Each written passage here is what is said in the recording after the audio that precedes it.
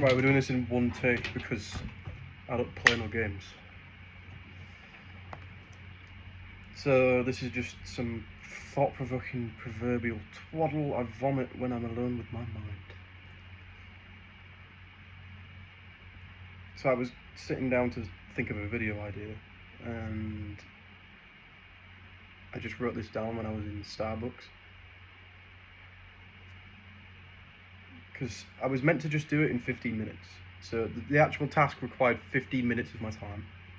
And I watched myself procrastinate for about half an hour listening to music. I did need to go down there, but I thought, I'll just bring my notepad and I'll just plan it out. And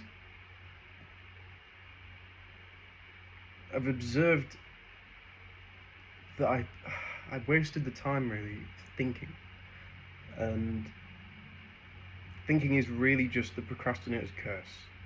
Liken this idea to a fat person thinking about going to the gym. This thing you call thinking is ruining your life. Like me writing these words on this bit of paper,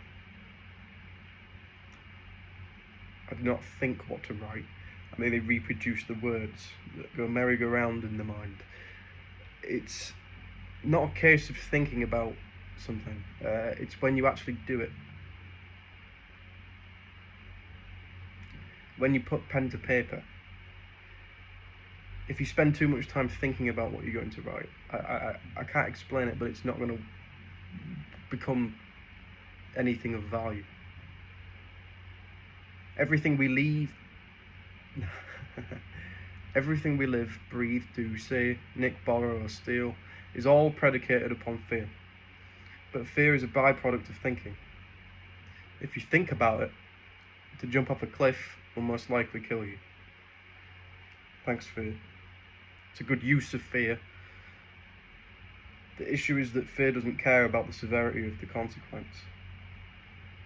Mr. Fear thinks that showing your face on a camera and people making fun of you is the same as jumping off that cliff. Mr. Fear doesn't want you to try because you might fail. So don't add another plate, don't try that marathon, try to lose that weight, don't try that business idea. Do you ever feel anxious?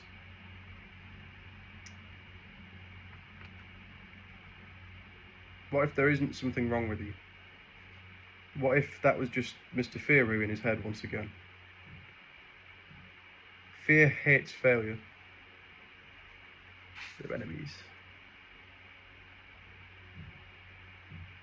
Imagine for a second you wanted to be taken seriously, to feel respected, similar to that of school children who want to be popular, unique, or cool. Whenever this image you wish to portray feels threatened, Mr. Fear rears his ugly head yet again. What if this anxiety you talk so much about is merely fear of failure on a much deeper level? You see, Mr. Fear exists to protect you, physically, mentally, and egoically. That is why you feel embarrassed if someone can hear your music through your headphones, or whatever you're listening to. When you do push-ups in your bedroom, or when you draw, paint, sing, work on a project, take a test, ask out that girl, go to the gym, or run. Our fear may in fact be predicated upon thought, but our thoughts transpire via judgment.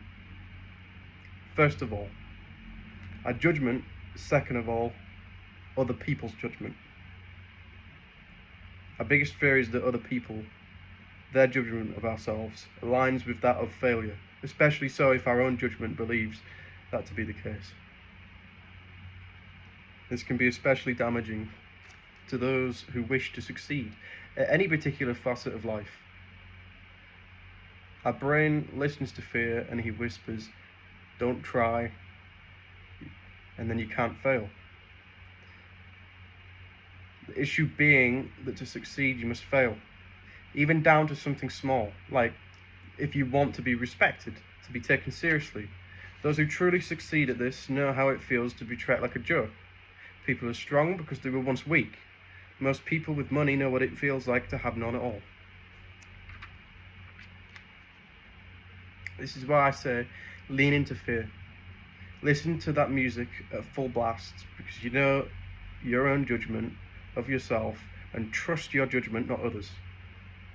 If you're weak, struggle, drop the weight, get red in the face, get angry, but don't give up. If you're poor, keep fighting. Every single day, keep working, saving, planning, do everything you can. Stop thinking and start doing. Try that business idea, let it fail, get up and go after another idea, another job, another goal. Fear will tell you to think, to stand still, because trying can lead to failing, and Mr. Fear hates to fail. But I'll tell you this, to stand still, not even to try to give up halfway through or before you even started, will guarantee failure. And as you stand still with that familiar anxiety that arises to let you know how you didn't prepare yourself or align yourself with that goal you so desperately want, you will feel empty. You'll feel empty because you know that you've failed yourself, because you haven't even tried. So stop thinking and start doing.